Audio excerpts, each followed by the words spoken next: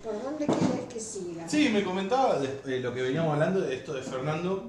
Sí, de mi relación con los apicultores. Sí, En realidad yo, si tengo que hacer un balance, resumen de digamos. todo, un balance, para mí fue totalmente positivo. Como te digo, yo vengo de una familia de un clan de varones, así que estoy acostumbrada con los varones y no tengo ningún problema. Nunca me he sentido discriminada tampoco por el hecho de ser mujer. Al contrario, me han ayudado. Te cuento que una vez que no tenía quien me ayudara en una cosecha, yo recurría, ¿quién recorría? Recurría a Escarpato. Ay, Escarpato, tengo que ir a cosechar y no tengo un ayudante. Bueno, yo le doy uno. Me dio el nombre, me dijo dónde vivía y dice, es muy bueno, es muy trabajador. Bueno, lo voy a buscar. Era un urso grandote, morocho, tenía una cara de indio pampa, algo así. Bueno, cuando fui al campo, fui a cosechar, sí, cargaba los cajones, pero los agarraba como una plumita. Cuando extractaba, lo mismo. Trabajaba como una bestia. Él solo te hacía todo. Además tenía un conocimiento total. Ah, sabía. Claro, porque había trabajado mucho con Escarpato. Ah, No, bien. Escarpato me lo recomendó porque había trabajado con él. Bien. Y si él me lo recomendaba, él sabía que conmigo no se iba a portar mal. Mi hermano cuando me veía con él me decía, ¿no te da miedo eso? Sí, me decía, ¿no te da miedo? No, le digo, a mí me lo recomendaron, me dijeron que era un buen tipo y a mí, conmigo, me respetaba un montón, o sea, nunca, nada que yo pudiera decir, uy, no, para nada. Bien. O sea, que yo la experiencia que he tenido en la apicultura ha sido muy buena, salvo alguna que otra, como te había contado anteriormente, Sí. pero que tampoco tenía que ver con la apicultura, Claro. era algo totalmente independiente. Bien. O sea, para mí fue todo positivo. Yo estoy muy feliz de la vida que viví en la apicultura y con la gente de la apicultura y a toda la gente que he conocido, muchísima gente. También una vez me fueron, que a lo mejor, yo no sé si investigando en el EU6 pude llegar a conseguir, me hicieron una nota en un programa. Ah, qué bien. En el EU6 había un programa a la mañana, que yo no me acuerdo si se llamaba Mañanitas Camperas o algo así, trabajaba Stanzione, Luis María Stanzione y Gustavo Dapiche. Ah, no los conozco a ellos. Bueno, pero se supone que debe haber algo. A lo mejor está grabado, no lo sé tampoco, pero me fueron a buscar a mi casa para que vaya. El programa estaba a las 7 de la mañana. Ah, hay uno también ahora de Leuces con Nacho, no me acuerdo el nombre, el apellido del hombre, pero es Nacho también, que también... Que es de campo. Sí, y que se de campo. dirá capaz que es Debe el ser mismo, el mismo, sí. claro. Pero de esto te hablo, pero un montón de tiempo. Claro. Y lo que le iba a preguntar es, bueno, usted se radica allá en Mar del Plata, Sí. un poco con Sí. la tristeza de sus padres, digamos, Sí. y de ahí empieza a laburar en diseño gráfico. Primero ya te digo, trabajé en la agencia de publicidad. Bien. Pero esa experiencia, ahí sí, o sea, yo encontré más, si vamos a hablar de machismo, yo encontré más machismo en el ambiente artístico, Bien. que se supone que es donde más hay variedad entre hombres y mujeres, hay más hombres y mujeres todos juntos, encontré más ahí que en el lugar donde eran todos hombres, que era en la apicultura y donde es mayoría de hombres. Claro. Yo encontré más machismo ahí. Yo me relacioné con las agencias porque en esa época había un señor que tenía una agencia de publicidad aquí, iba a Balcarce a hacer publicidad. En Balcarce se pusieron una radio, que antes no había. Entonces él iba y hacía publicidad y buscaba publicidad en Balcarce y traía acá. Tampoco recuerdo el nombre de este señor. Y bueno, era amigo del esposo de una prima mía, entonces él, a través de él, me hizo hablar con él para trabajar, y fui a hablar con él y me dijo, no, yo la verdad, porque la agencia de publicidad en ese tiempo era en una oficinita con el dueño de la agencia y había una empleada, Y en esta que te digo eran dos nada más, el Claro. dueño y una empleada. Muy poquito. Claro. Entonces él me decía que él no necesitaba empleado. Dice, pero yo te puedo relacionar. Ellos tenían una federación, no se llama, ¿cómo es cuando son varias agencias que se asocian para formar Una federación, una algo asociación. parecido a una federación, pero no se llama federación? Una asociación de agencias. Bien, publicitarias, digamos. Claro, todas agencias publicitarias. Habían formado esa asociación y tenían una oficina en la calle Rivadavia y esquina Independencia, un edificio celeste. Sí. Bueno, en un piso allá, no sé en qué piso era, ahí tenían una oficina. Bien. Que la habían tenido en funcionamiento, pero a esa altura, cuando yo fui, no estaba funcionando. Y al lado de esa oficina había otra que funcionaba, la agencia de Massimino. Massimino era un señor que había sido de Balcarce, pero estaba acá y tenía agencia de publicidad aquí. Bien. Bueno, dice, yo voy a hablar con los otros de las agencias, dice, y por ahí volvemos a recuperar esa oficina y yo podría trabajar ahí. Bien. Bueno, o sea que me pagaban el sueldo todos ellos, porque era la oficina de la asociación de las agencias. Ellos me pagaban. Me llevaron ahí y me pusieron a revisar carpetas del año de no sé cuánto, y a revisar carpetas, porque no sé cuál era mi función. Claro. Nunca supe cuál era mi función, porque solo que las revisara. ¿Y qué iba a revisar carpetas que ya estaban, inclusive ya habían pasado por algún contador, supongo que eso estaba... Clasificado, digamos. Claro, no sé, a ordenar carpetas. Ni siquiera tenía una máquina de escribir para si me dictaban alguna carta. Nada. Iba yo, me quedaba ahí sentada sola como y esperando a ver si aparecía alguno, llamaba por teléfono a alguno para ver qué hacía.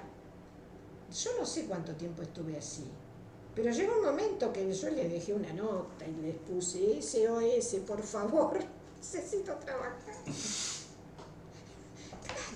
Bueno, entonces... ¿Y reaccionaron? Sí, entonces vinieron y este señor, el que había estado, me dijo que bueno, que fuera a trabajar con él. Qué volteo. Fui a trabajar con él, pero mientras estuve unos días, me llaman de otra agencia, de la Lyon. Ah, bien. Me llaman y yo digo, ¿qué hago? La otra era una agencia importante, eran dos nada más. Y el otro supuestamente me iba a pagar mejor. Se me ocurrió comentárselo a la chica que estaba trabajando ahí, pero yo digo, no le digas nada porque yo no sé si todavía, claro, qué voy a hacer, claro. Yo tampoco, porque el otro me llamó para pedirme que le llevara, como sabía que yo no tenía experiencia porque sí. no había trabajado en ningún lugar, que le llevara trabajos míos de la escuela, lo que yo hacía en la escuela de arte. En la Malarro. En la Malarro. Bien. Claro, yo fui, le llevé, mostré todo lo que hacía, y mientras tanto esta otra fue y le contó a su jefe, que a mí me habían llamado cuando volví, me dice, bueno, lo lamento, pero quedó en la nada de vuelta. Andate porque me podía haber dicho, no sé, le pareció mal que yo atrás de él estuviera haciendo eso, claro. Pero yo tengo que buscar mi futuro. Con él yo sé que él mismo me había dicho que mucho no me podía pagar porque en realidad su agencia era muy chiquita. Entonces yo tengo que buscar lo que me conviene. Si el otro me estaba ofreciendo algo mejor. ¿Y de ahí se fue a la otra agencia? Claro, ¿Obtuvo el contrato? me tomaron, pero también me tomaron y me pusieron como administrativa. Éramos 3 chicas. Entonces, una era la que se encargaba de llevar todas las pautas publicitarias y todo eso a los medios. Bien. Esa tenía una habilidad para hacer eso tremenda. La otra era la que llevaba toda la parte contable y yo era la que le hacía, como yo ya había tenido experiencia en otro negocio de hacer liquidaciones de sueldos, yo había hecho liquidaciones de sueldos y cuentas corrientes en otro lugar en Balcarce, me pusieron a hacer todo eso también. Pero yo, bueno, y tenían un departamento creativo donde había un creativo, un varón. No era diseñador gráfico, él era era dibujante. Bien, dibujante. Era un dibujante, antes se manejaban con dibujantes, alguien que le gustara el dibujo. Bueno. Y había dos dueños, uno era Lionca, que era el señor mayor, y otro era Piovano, el de la funeraria, ¿no? Sí. ¿Conoces? Sí. Bueno, Fernando Piovano. Así estuve no sé cuánto, como 3 años debo haber estado. Y del departamento creativo ni noticias, ni me hablaban. Hasta que por allá un día me dijeron, bueno, digo, por fin voy a subir al departamento creativo. Pero aquí que ya me habían advertido las chicas que cada chica que venía al departamento creativo, ese señor, Sí. te imaginarás. Sí, no hace falta decirlo. No hace falta decirlo. Entonces te vas a exponer, yo digo, bueno. Y las chicas, bueno, no tenían ningún problema. O sea, hubo mujeres que no tenían ningún problema, pero bueno. Claro, sí, cada una tiene sus reglas valores. Sus valores. Sí, totalmente. Y como él era soltero o separado, no pasaba nada. Claro. No importa que tuvieran una relación, si total eran dueños de su vida y no le hacían mal a nadie. Yo subí ahí, por supuesto, a mí no me interesaba, ese tipo de cuestiones a mí nunca me interesó, más allá de que hiciera, viste que vos como hombre sabés que a veces no necesitan decirte algo. Yo hubiera preferido que venga y me diga, bueno, y yo te voy a responder, y no que haya ese tipo de insinuaciones o de cosas. Eso para mí es horrible. Y bueno, nunca tuvo respuesta de mí, por supuesto. Y las cosas que él me daba para hacer, yo las hacía y siempre le encontraba que esto así no, que aquello así no. Y él le molestaba que yo hiciera cosas que por ahí superaran lo que él hacía. Claro. Entonces, conclusión, terminó en que él le pasó a Lionca un informe con que yo no servía para eso.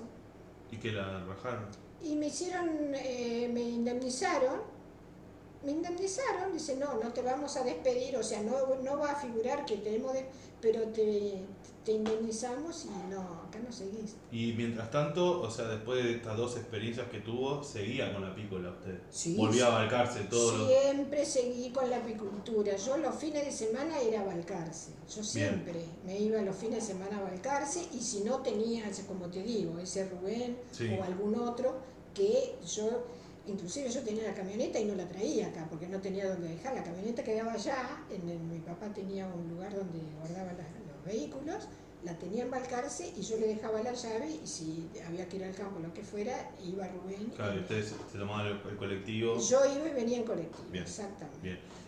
Y en ese momento también seguía laburando usted en CEPA cuando estaba en esta agencia. ¿O yo no sé si yo nunca dejé de hacer todo al mismo tiempo. Bien. Nunca. Bien. Ni aun cuando empecé la administración en el edificio, yo siempre hice todo al mismo tiempo. Bien. Yo me las ingenié siempre para hacer todo al mismo tiempo. Bien.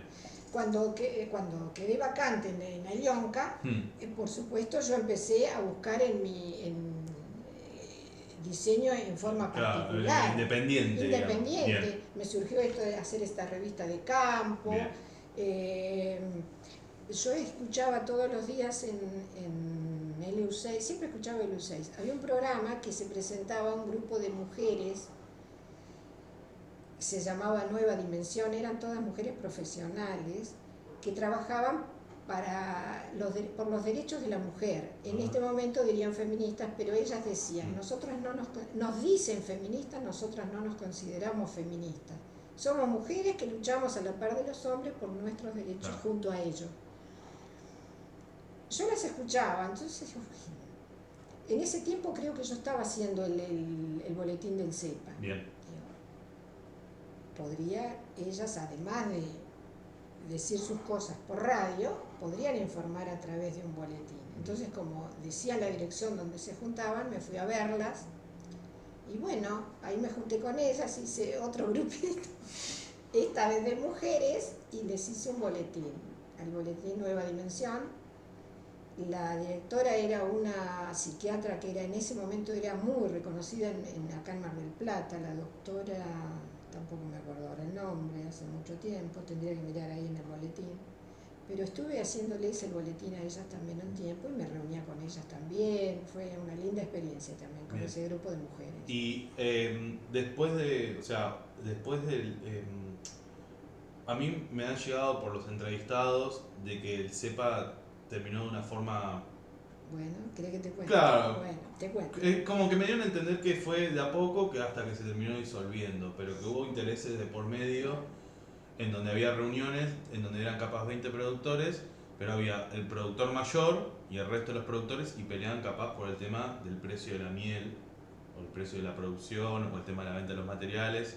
Entonces Aldo, por ejemplo, me narró una anécdota que fueron a comprar material y le dijeron a un productor grande que había cuánto le costaba y el tipo al día siguiente ya había comprado los materiales al precio que quería. Por eso le pregunto, porque me interesa también un poco conocer qué pasó que se disolvió. Bueno, yo en cuanto a ese tema, cuando hicieron todo eso de la compra de materiales, yo ahí no intervine. Bien. Porque yo compré, que te lo puedo contar, en Balcarce. Bien. También te lo voy a contar. Para mí un poco la disolución y sobre todo del boletín, después se disolvió el CEPA, pero del boletín pasó por otro lado. También puede haber influido eso, pero nosotros habíamos logrado, como te dije anteriormente, tener suscriptores, o sea, el boletín se había mejorado a lo que fue en principio y se estaba expandiendo y se podía llegar a mejorar todavía más. Pero siempre hay celos en las comisiones. Se suponía, claro, nosotros seguíamos siendo Aldo el presidente, yo no tenía, creo que era tesorera o revisora, o sea, yo no, mi función como tenía mucho trabajo con la realización del boletín, no quería un cargo más otro, alto, más alto. Bien. Entonces el que estaba como tesorero era Omar García. Los demás no recuerdo bien, pero eran ellos la comisión propiamente dicha. Bien. Y yo estaba abajo porque tenía todo ese trabajo para hacer. Bien. Es más, yo a García le daba ya todos los numeritos como tenía que cobrar y eso, claro, y pagar el boletín, claro, él ya le daba bastante resuelto, o sea, no tenía mucho más para hacer, pero bien. Y bueno, estuvimos mucho tiempo, entonces había gente en la comisión que como íbamos mejorando, creían que nosotros estábamos sacando dinero, como ocurre siempre, empiezan los celos y empiezan a decir, pero esto seguro como nunca teníamos mucha plata, porque es lógico, en ese tipo de comisiones no hay plata, tenés que manejarte, primero que nadie cobra, claro. Eso se hace ad honorem. Y después, si queda algo es para hacer los boletines o para cualquier otra cosa que tenga relación con el grupo, pero nadie ganaba nada. A mí me pagaban por la realización, claro. Porque yo tenía que pagarle a la imprenta, pero nada más, no había, y eran los pesitos justos. Pero evidentemente hubo ahí gente que pensaba que entraba más dinero. Claro. Entonces quisieron cambiar todo y entrar ellos. Bueno, perfecto, porque las comisiones también se cambian. Sí, en el tiempo. Se cambian. Pero vos cuando en una comisión cambiás la comisión, pero tenés un proyecto ya... A largo plazo, digamos. Un proyecto hecho y que va avanzando, la nueva comisión lo que tiene que hacer es continuar con ese proyecto y si lo puede mejorar, mejor todavía. Pero no tirar todo abajo para hacer ello otra cosa. Bueno. Se eligió la nueva comisión, ¿y qué hizo la nueva comisión? Me vino a pedir todo, los originales del boletín, todo. O sea, a mí me sacaban del medio. Yo ya no iba a seguir con el boletín, no, lo iban a hacer ellos. Bien. Muy bien, bueno, está bien.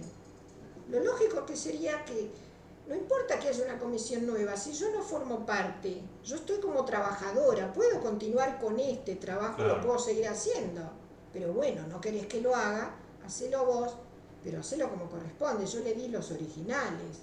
Digamos, los modelos. Los modelos, bien. Los originales se llaman. Bien. Para que ellos continúen con eso y que se tienen que ocupar también de lo que hacía yo. Tenés que ocuparte de ver a los anunciantes, tenés que cobrarles, tenés que armar el nuevo original, porque cada nuevo... boletín tiene un nuevo original porque son notas diferentes, claro. Son avisos diferentes, cada uno tiene un original y tenés que armarlo como lo estamos haciendo. Yo te doy el original, formato original, pero después para llevar a la imprenta vos tenés que ir con las nuevas, la nueva nota, los nuevos avisos. Bueno, eso fue un matrimonio, el matrimonio que lo debes tener ahí, ella, no me acuerdo el apellido de los dos.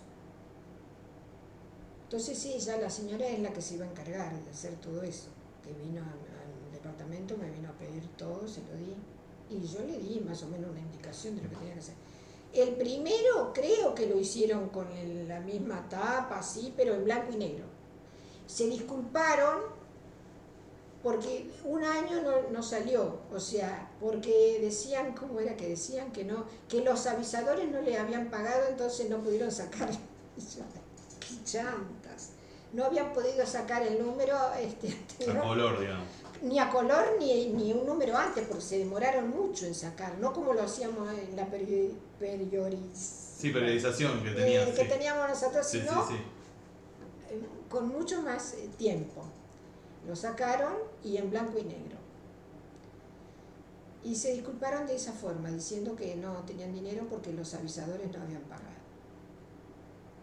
Y bueno, ese fue el que sacaron. El segundo que sacaron fue peor, fue un desastre. Ya ni siquiera la tapa era igual.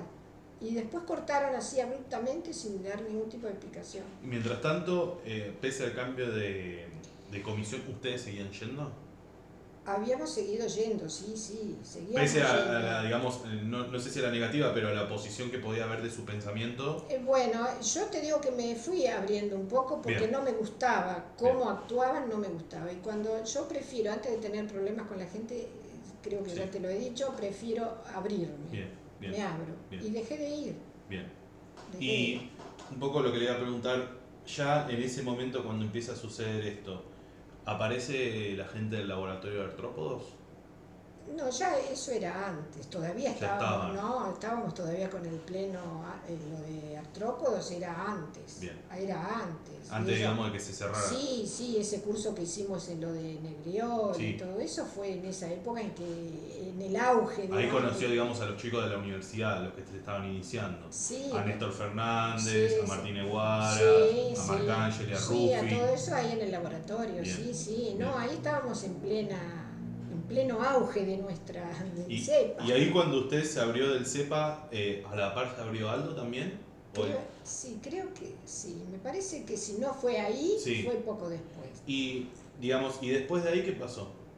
¿Cómo siguió, digamos, usted? Y yo seguí, creo que fue embarcarse en esto del Coproder. Después se hizo un consorcio, fue en la era Menem, un consorcio de intendentes, que eran todos del palo, como quien diría. Todo, digamos, sí. De Balcarce, Maipú, Ayacucho, no sé, varios partidos. Sudeste, digamos, la provincia. Sí, pero no entraba Mar del Plata en eso, me parece que no.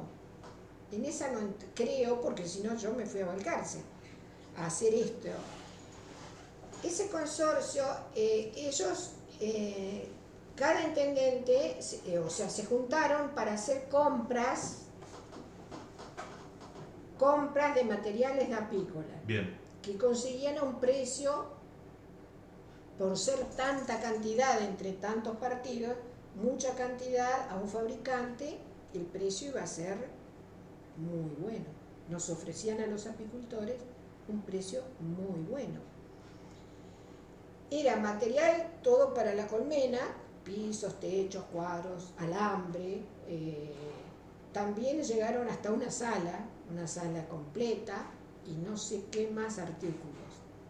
Entonces vos te podías ir a anotar, ¿con cuántas te querías anotar? Con 100 colmenas, o sea, material para 100 colmenas, o sea, 100 techos, 100 pisos, 100 entretapas, 200 salsas. Te lo daban para armarlo vos, no te lo dan armado, te dan el material para que vos lo armes. Como cuando íbamos a comprar a lo de Escarpato o a lo de Antonio Fernández, te dan material y vos lo armás. Los cuadritos lo mismo. Sí. Yo tuve a mis sobrinitos que eran chiquitos así, todo armando cuadritos. A mí también me pasó eso. Bueno, a vos también te pasó. Bueno, sí. Bueno. Yo, por supuesto, me anoté, creo que eran 150 compré yo. Entonces vos podías pagar o con miel o iba mensualmente entregando dinero. Yo allá en la Secretaría ¿De producción? de Bien. Balcarce, Bien. ahí es donde te anotaba. Bien. Que ahí trabajaba mi cuñado. Yo tengo un cuñado que es ingeniero agrónomo y él trabajó. Él era fiscalizador de PACA, o sea que él andaba por... Pero tenía la oficina ahí, en la misma Secretaría de la Producción. Y bueno, el material te digo que era Más o menos de segunda, no era material de primera, era de segunda, pero bueno, era un precio, a un buen precio, te daban las facilidades para pagar, ibas haciendo entrega mensual o como pudieras, podías llevar dinero, podías llevar miel. Bien. Bien. Yo fui dando dinero, pero la última etapa me quedaba y le fui a decir que les iba a pagar con la miel. Sí, ningún problema, cuando tengas la miel nos avisás. Recuerdo que eran 6 tambores de miel. Cuando tuve los 6 tambores de miel, voy a avisar. Yo ya me había enterado que había algunos problemas, así a nivel del consorcio, de los intendentes. Algún problema había, pero no sabía qué era. Bueno, voy a la secretaría, le encargo a la chica que siempre me atendía, le digo, mirá, ya tengo, son 6 tambores, los tengo acá, los tenía en Balcarce, ahí donde yo guardaba la camioneta de mi papá, que tenía el galpón. Sí, era en la ciudad, pero donde guardaban los vehículos y tenía un espacio donde podía tener, ahí tenía los 6 tambores. Le digo, están acá mismo, no hay que ir al campo a buscarlos, así que cuando quieran los van a buscar. Yo 6 tambores no podía cargar en mi camioneta, así que váyanlos a buscar. Sí, quédate tranquila. Pasaba el tiempo, nunca fueron a buscar los tambores. Y pasaba el tiempo, yo voy, no, fui alguna otra vez y bueno, sí, ya van a ir. O sea, no me explicaban qué pasaba. Y recuerdo que fue el casamiento de justamente la hija de mi hermana y mi cuñado, el ingeniero agrónomo. Hicieron una linda fiesta y en la mesa donde yo estaba justo le tocó a esta chica, la secretaria esa de ahí de la Secretaría de la Producción, se sentó en la mesa conmigo. Entonces nos pusimos a hablar. Le digo, escúchame, ¿qué pasó? Que no, la miel yo todavía la tenía, me parece. Sí, yo tenía todavía la miel. Digo, mirá, la miel está ahí. No puedo tenerla, igual la miel no se echa. Sí, obviamente no. Y me dice, mirá, vende la miel, quédate con la miel, porque eso murió. Habían hecho... Qué trampa. Sí, habían hecho un desfalco terrible, hubo denuncias y todo, no sé si hubo alguien preso, pero fue terrible lo que pasó ahí. Yo no me enteré bien exactamente cómo, pero la sala de extracción nunca se la dieron a nadie, quedó archivada en Balcarce no sé por dónde, o sea, nadie la pudo aprovechar. Una sala de extracción con toda la maquinaria. O sea, fue un fraude que hicieron todos los intendentes. ¿Cuánto duró eso? ¿Que fue la época de la primera presidencia de Menem? Creo que sí. 91. Que allá nosotros lo teníamos a Pérez en Balcarce. Que era justicialista también. También. Y Balcarce, salvo estos últimos tiempos, sí, casi siempre fue justicialista. Fue peronista. Peronista, sí.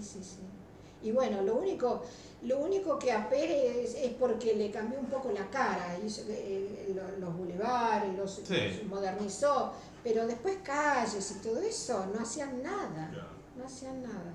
Pero bueno. Y eso fue en cuanto a material apícola que pude conseguir y que salí beneficiada en cuanto a que eso último que me quedaba a pagar no lo pagué. Claro, no lo pagó. Pero mientras tanto fue porque hubo un fraude terrible. ¿Y en ese momento cuántas colmenas recuerda que tenía más o menos? Y yo creo que llegué a 250 colmenas, más o menos. Ese fue el máximo. El máximo fueron 250 colmenas. ¿Y tenía para un poquito más. Para un poco más también. Un poquito más también, sí. Bien, y un poco lo que le iba a preguntar ahora es, ¿y después de los 90 se relacionó de vuelta con otra organización? Y bueno, y tengo ahí eso, todavía en los 90 había ese tipo de reuniones, porque ya te digo, estuve en el Comproder, que eso se hacía en Balcarce. Estuvimos, cuando se hizo ese ensayo para la Barroa, Barroa, sí. teníamos, nuestra coordinadora era una ingeniera agrónoma de Lobería. ¿Pepino? No, Palacios, Ah, Alejandra Palacios, Alejandra. ¿la Sí, conociste? sí, Bueno, ya le hice entrevista también. bueno, Alejandra. Sí, que era muy jovencita en ese En momento. esa época era jovencita, sí, Ujú. sí, sí. Ella venía. Y un poco, ahora ya que me nombra el tema del Barroa, hay una teoría que es que el Barroa entró por el Paraguay, bajó por Formosa y entró a la provincia de Buenos Aires más o menos en el año 81, 82. ¿Cómo lo veían ustedes en ese momento cuando estaban en el CEPA? ¿Recuerda? ¿Se Y en hablaba? un principio no era tan caótico, o sea, Bien. curábamos, pero había resultados. Pero llegó un momento en que yo no sé si es que se hacían resistentes a las medicaciones o qué, que después era problemático. Y te digo, yo tengo una teoría, no sé si estoy equivocada o no, que estos dos muchachos que fallecieron con cáncer, Rubén Asimacopoulos, El griego que el me contaba griego hoy, que sí. sí, que me ayudaba a mí Sí, y que yo lo ayudaba a él, y estaba viviendo también a una cuadra de la casa de mi papá, tenía la mujer y tenía dos nenes, y Saco, que era el esposo de una doctora ahí en Balcarce, ellos dos, para mí, se produjeron ellos mismos el cáncer, porque trabajaban de una manera, ellos mismos preparaban las tablitas, las famosas tablitas que empezaron a cada uno a armar, porque yo estuve una vez, estábamos en la camioneta, Rubén y yo, llevando para ir a curar, y él, con esas, con las manos sin guantes, sin nada, no se ponía nada, y trabajando así con esas medicaciones, yo, ¿cómo soportás todo eso? No puede ser, eso no es bueno. Y yo fui al lugar donde ellos dos armaban las tablitas, un galpón que tenían dentro de la ciudad también, y ahí adentro no podías estar. ¿por qué? Y porque eso despide Un olor. además del olor, eso despide gases, donde vos tenés ese tipo de medicaciones concentradas y con el calor o lo que fuera, despide uno. Sí. Eso que vos estás respirando, No es oxígeno puro. eso, para mí ellos mismos se produjeron de trabajar. Tenés que cubrirte, ponerte un barbijo, guantes, anteojos, cuidar tu cuerpo de todo eso. Tenés que trabajar como si fuera un laboratorio, sí, no como si...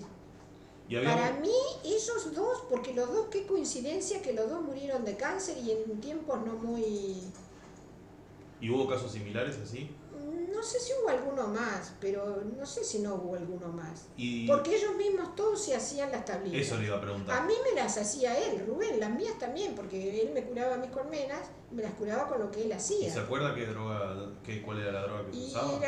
Yo conocía la droga, pero ahora no recuerdo no sé, ahí está. Pero la droga... Ahí la vas a encontrar porque en todos esos papeles que yo te estoy dando, ahí están todas las... Pero la droga esa era... Te la vendían para hacer eso.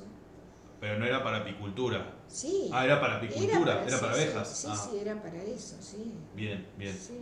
Bien, y después ya entrado el 2000, usted, porque eso también es lo que le quería preguntar, ¿usted nota que en todos los 30 y pico de años que estuvo en la actividad hubo un cambio en lo que veía de sus padres, capaz en España, en la forma de producir a lo que usted empezó a hacer? Por supuesto, porque lo que ellos hacían era totalmente casero y rudimentario. No había, no se conocían las colmenas, las TRO, que es el modelo industrial. El modelo industrial. Sí. Eso no se conocía en aquella época en España. Quizá en otros niveles de apicultores más grandes ya... no sé si en la época de mi padre ya existía o no, eso no lo sé. Bien. Tenían ese librito que te digo que perdí, ahí estaban las épocas, en cuanto fueron cambiando. Bien. ¿Y en la forma de producir, lo mismo, la forma de cosechar también, cree que cambió eso? O sea, todo ha cambiado, todo cambió muchísimo. Hubo cambios muy grandes, muy grandes.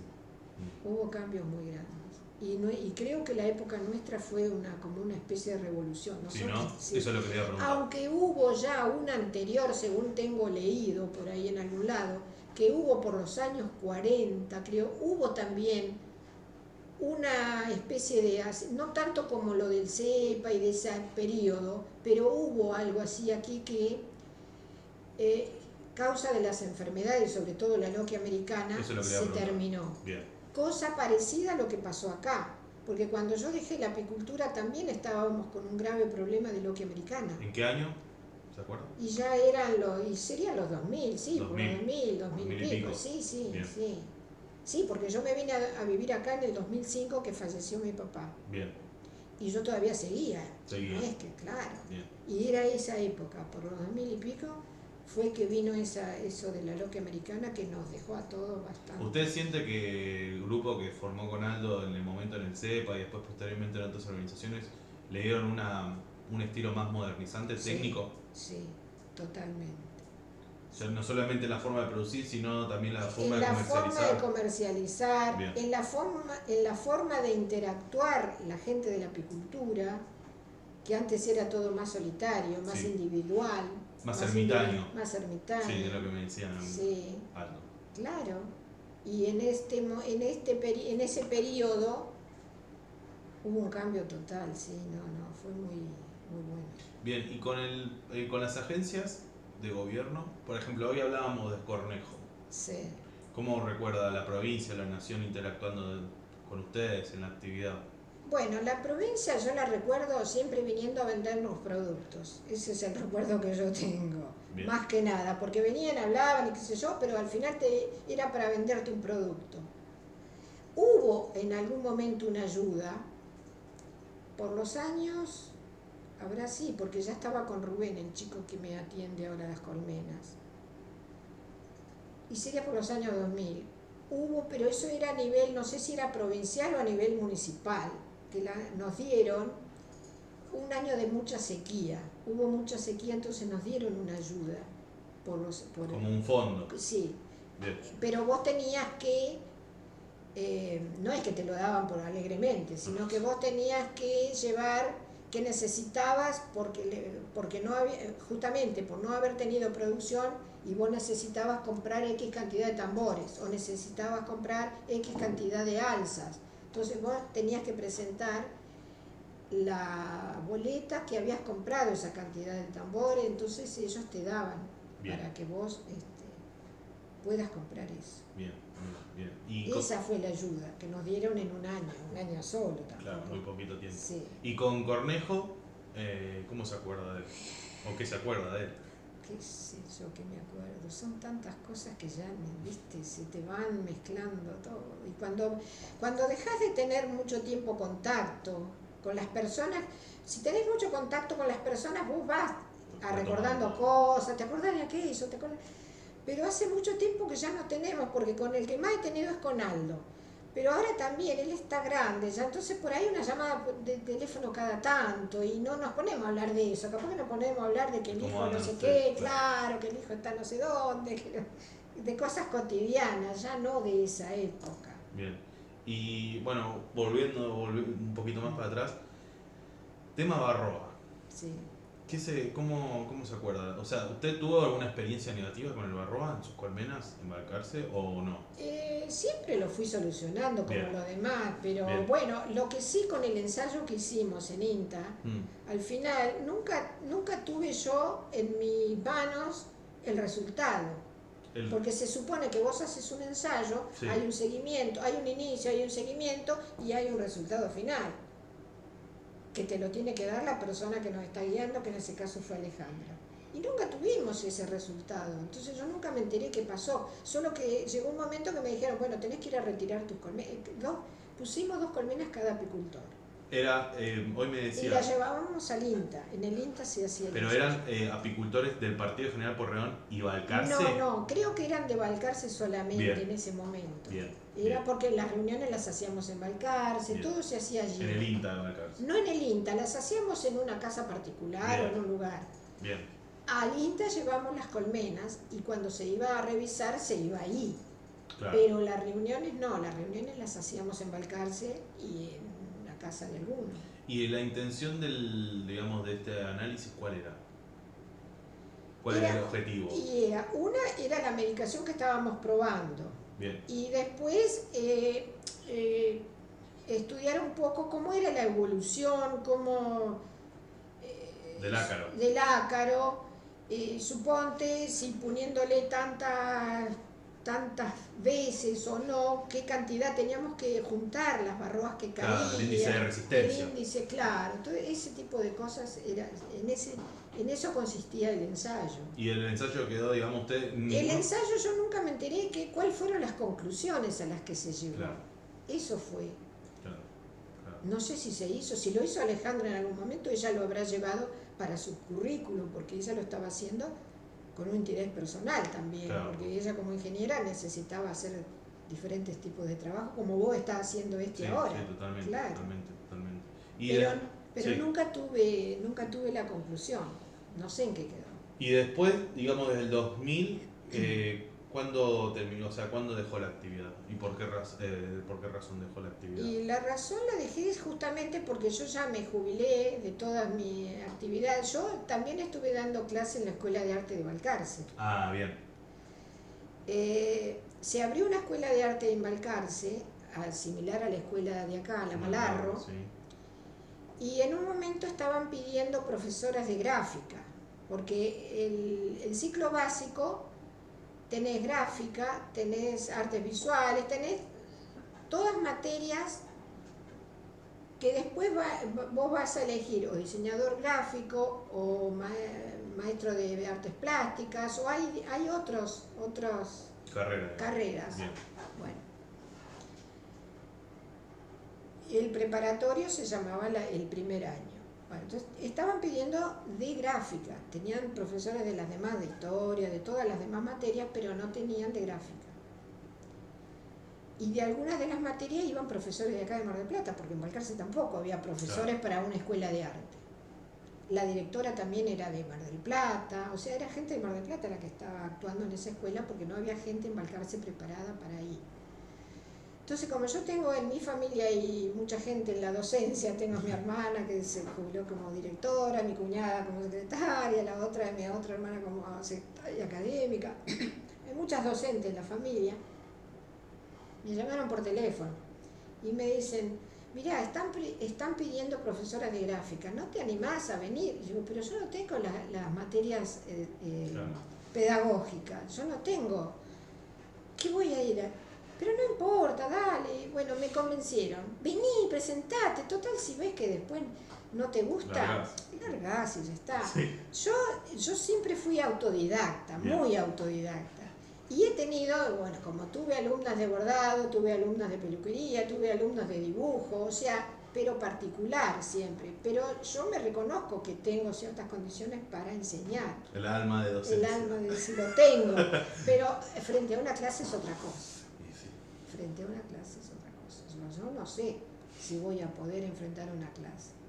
Y más que son chicos adolescentes ya terminando la secundaria, no son nenitos, son chicos ya más grandes.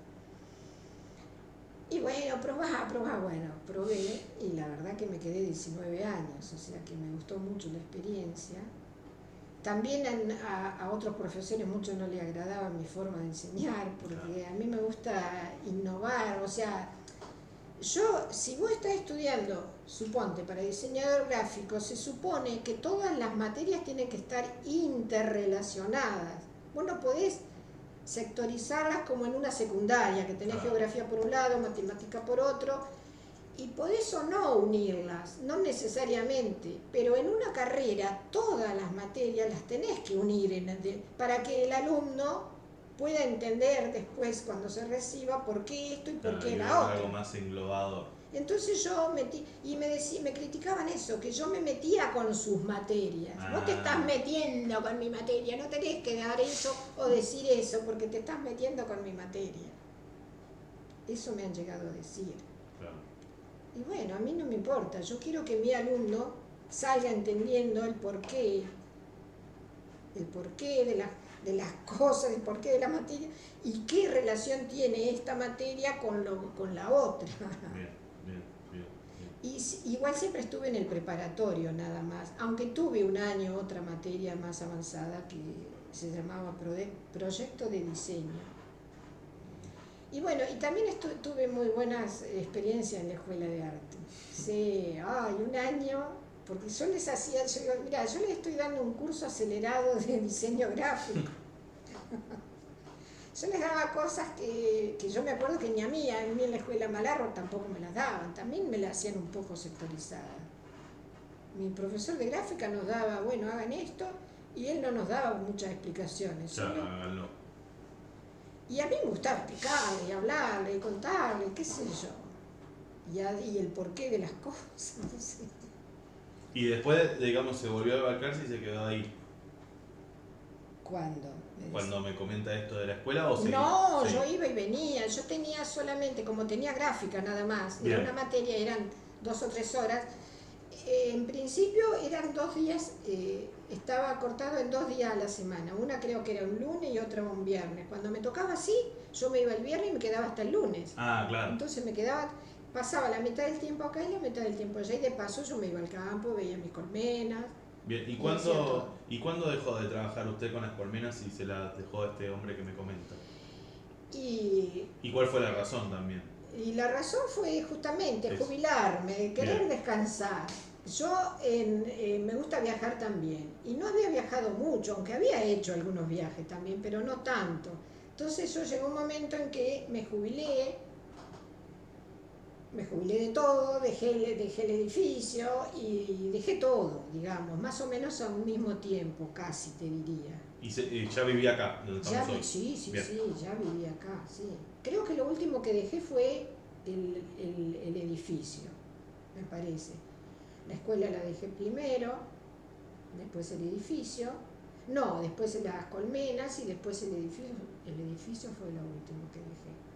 Bien. Y bueno, me dediqué a viajar. Ahora viajo cuando puedo. En su momento también algún viaje que otro he hecho, pero bueno. Bien.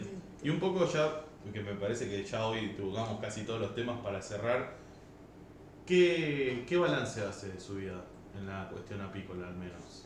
Y ya creo que ya te lo dije, fue Sí. una muy buena experiencia, para mí muy positiva, muy rica, me dejó muy buenos recuerdos y muy buena experiencia. Para mí fue.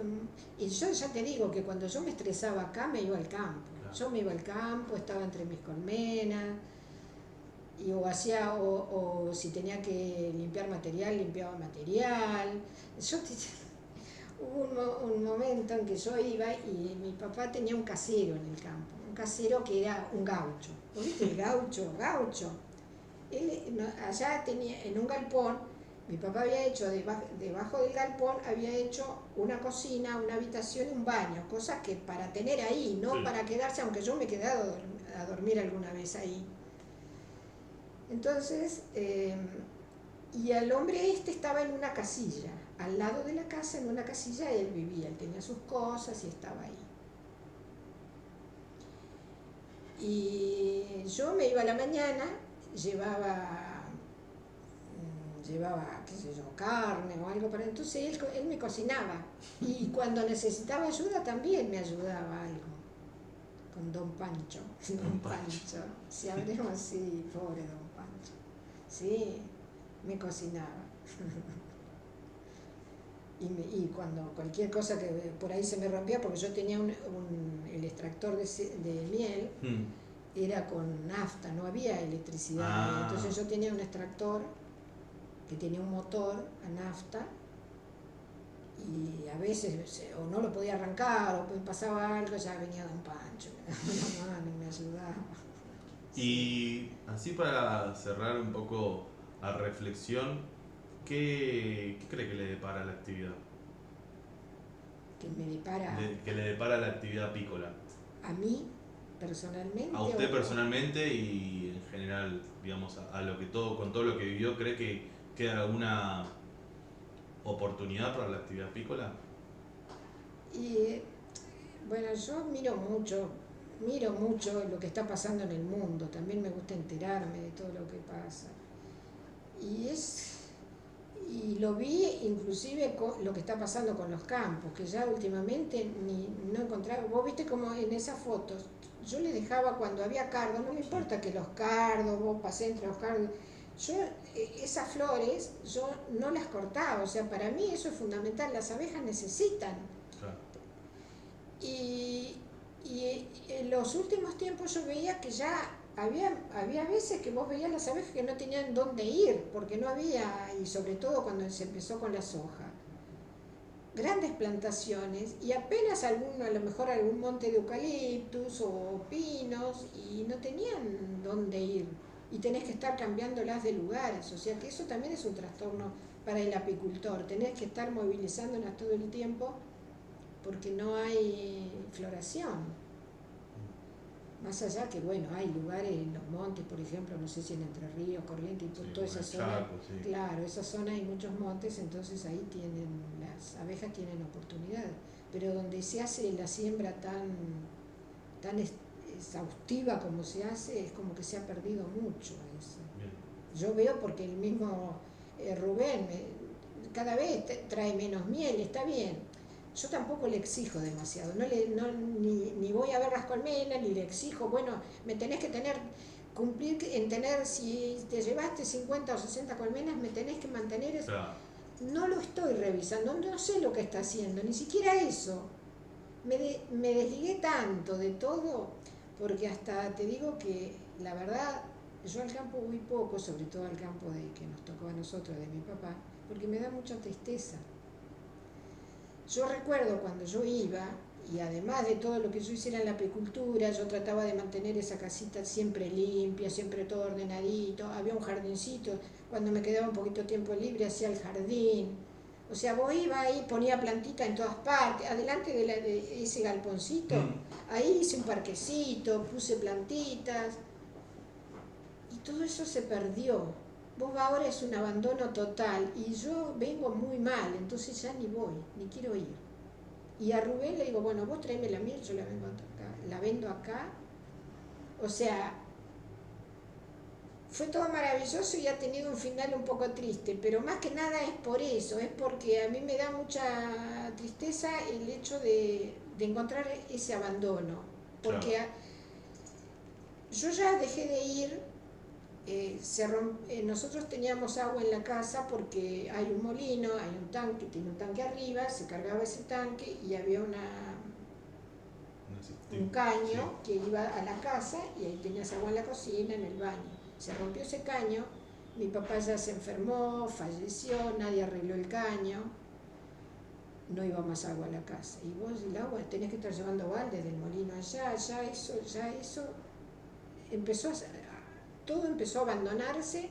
Después, al no haber nadie, no hubo más caseros,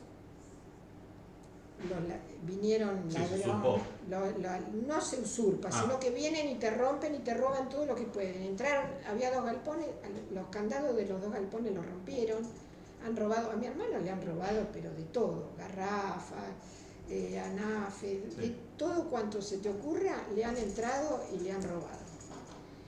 Lo único que quedaba por robar era la casita, ahí no habían entrado.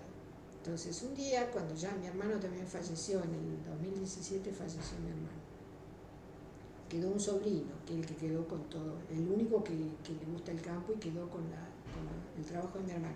Entonces, a mi hermano no le tocó esa parte, él estaba en otro, pero siempre mientras él vivió nos hacía los trabajos a nosotros. Bien. Cuando falleció él quedó el hijo. Entonces mi sobrino viene un día y nos dice, tía, vayan y saquen lo que tengan en la casita porque ya han entrado a los galpones, el próximo va a ser la casita, van a romper y van a entrar. Entonces yo lo llamé a Rubén, y me llevó y me traje los cachivaches, porque ya eran cachivaches, pero no importa, yo a mí lo que no me van a robar, me traje sillas, hasta las hornallas de la cocina me traje para que no se lleven la cocina. Claro. Me traje las hornallas y todo, cosa que no funcionen, la garrafa, la mesada, los cajones de la mesada me traje también, para que no se lleven nada. No se van a llevar una cocina sin... No, totalmente. Y una cocina vieja. Una nueva le podés conseguir, una ya nueva, pero era una cocina vieja. ¿Y usted? Así que tengo acá en mi garage, lo tengo lleno de cachivaches y cosas así. Entonces todo eso a mí me da mucha tristeza. Entonces no voy. No voy. ¿Prefiere quedarse con el recuerdo? Prefiero quedarme con los buenos recuerdos, con todo lo lindo que pasé ahí. Con todo lo bueno. Ya te digo, yo cuando me estresaba acá, me iba al campo. Hasta, te digo que hasta he dormido ahí en esa casita. Una vez llevé una parienta y nos quedamos las 2 a la noche. Tenía una perrita que como yo no me la podía traer acá, un vecino que tenía enfrente y tenía muchos perros, yo le llevaba el alimento, entonces él me la tenía. Y cuando yo llegaba al campo, la perrita, cuando veía la camioneta, venía corriendo, me acompañaba a todos lados y luego cuando me venía, quedaba la perrita. Canela, pobrecita. Pero fue, o sea, como reflexión me parece que es interesante lo que dice usted de no escarbar capaz en lo que pasó en el pasado, sino quedarnos con el presente y revivir el presente de lo que nosotros tenemos buenos recuerdos. Sí. No, inclusive del pasado, yo rescato siempre todo lo bueno y la enseñanza que pude sacar de cada una de mis experiencias, que como verás ha sido multitudinaria mi actividad en todas las cosas. Como no me casé, más allá de que el primer novio que tuve fue muy jovencita, después sí hice algunos intentos, pero bueno, como ninguno prosperó y yo me fui formando una idea propia y que mi libertad es el mayor tesoro que tengo, es mi libertad. Entonces, si yo un día esa libertad la voy a compartir con otra persona, tiene que ser alguien muy afín a mi pensamiento. Bueno, no se dio, no me interesa, no estoy frustrada por eso, al contrario. Y además de ese grupo de mujeres que encontré después otro grupo, también participé en otro grupo de mujeres. Mesas redondas para el mexicano, no sé si alguna vez la viste nombrar. Lo escuché nombrar, no sé cuál era su función. Esa se inició en Estados Unidos y fue bajando por toda América. Y en Estados Unidos se creó, creo que en la Gran Depresión de los años 30, entonces mujeres para ayudar a otras mujeres. Bien. Entonces se iban autoayudando y autocreando o emprendimientos o lo que fuera para ayudarse entre sí. Y eso fue bajando y bueno, acá vino a Mar del Plata y un día de la mujer yo llamé a una amiga para ver si tenía pensado hacer algo. No, la verdad que no, estoy aquí. No, me dice, pero hay otra amiga que teníamos en común las dos, dice que ella está en un grupo y van a hacer una charla hoy, una actividad por el Día de la Mujer. Dice, si querés venite. Bueno, me fui a la casa de ella, nos fuimos a ver y era ese grupo. Así que ahí enganché y estuve un tiempo también ahí con ellas, pero después se disolvió ese grupo. Bien. Sí. Bueno, le agradezco por la entrevista que me dio. Me parece que pudimos hablar un poco de todo y eso es lo que importa al fin y al cabo. Bueno, Le agradezco muchísimo. Gracias a vos, porque la verdad Gracias. me gusta hablar de todo un poco. todo un poco, sí, exacto.